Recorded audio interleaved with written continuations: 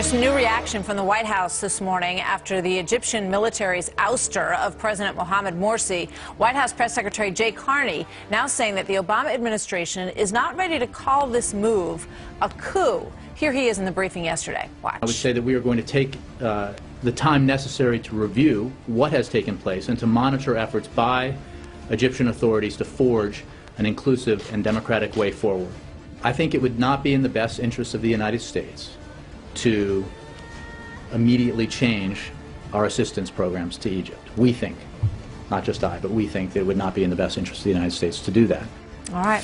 Let's see what Kentucky Republican Senator Rand Paul thinks about this. He's on the Foreign Relations Committee and joins me now. Senator, welcome back to the program. Good to have you here this morning. What's your reaction to what Jay Carney had to say there? Well, let me translate what Jay Carney's saying for the president. You have to translate it. What he's really saying is, I'm going to ignore the law. The law says that when a military coup happens, foreign aid should end. We're not supposed to be in favor of supporting military overthrow of democratically elected government. I'm no fan of the Muslim Brotherhood. I don't think we should have given them money either, because they occurred after a military coup as well.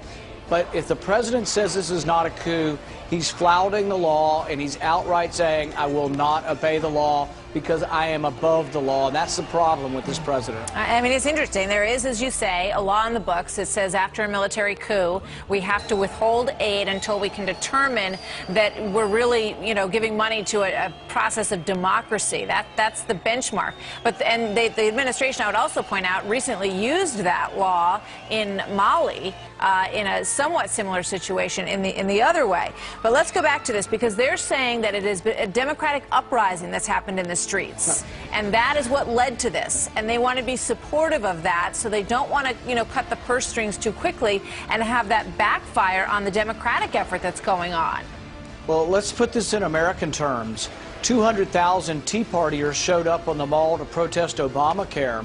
Does that mean the military should replace President Obama with a Republican? Would that be okay? Would that be a military coup? It's ridiculous on the face of this to say this is not a military coup.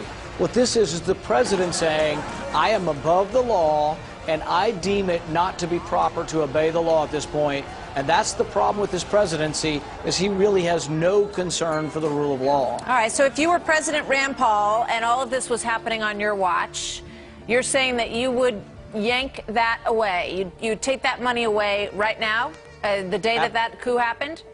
Absolutely. I'd obey the law. The law says no foreign aid. Here's the other thing. 70% of Egyptians don't like the law, don't like the money even coming to them. If you're on the receiving end of a truncheon or tear gas paid for with American foreign aid, do you think you're happy that we're sending money to your government that is beating people in the streets? So, no, I don't think it even buys friendship. Why do the Egyptians burn American flags and not like America?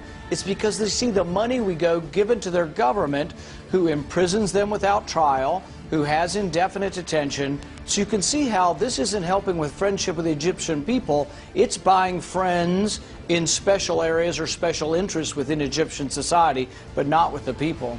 We give $1.6 billion in 2012. The aid numbers have fallen a little bit over the past few years, but it's the second largest amount of aid that we give to any country. Israel, of course, is the first in terms of foreign aid. And, when you look at that picture politically, Egypt and Israel are our two closest allies, notwithstanding, the recent activity on the ground in Egypt. And the long tradition of that, it's felt, must be maintained, or we could risk, giving up any influence in that region. Well, I'm a big supporter of our alliance with Israel, and nothing should come between that. But I would say that we're also big allies with Britain, and we don't send them any money. So ultimately, the best thing that is what is in the best interest of every country is self-sufficiency. But what I've said is, why don't we start by not sending money to enemies of Israel? And I don't think Egypt is to be counted on as a great friend of Israel. I don't think the Syrian Islamic rebels are great friends of Israel. I wouldn't give them money or arms also. I don't think that it's a good idea to continue to fund the Muslim countries that are surrounding Israel. I got to go, but I want one quick question. In terms of the president, he didn't mention this when he came out and spoke yesterday. Are you surprised that he hasn't articulated more himself on this?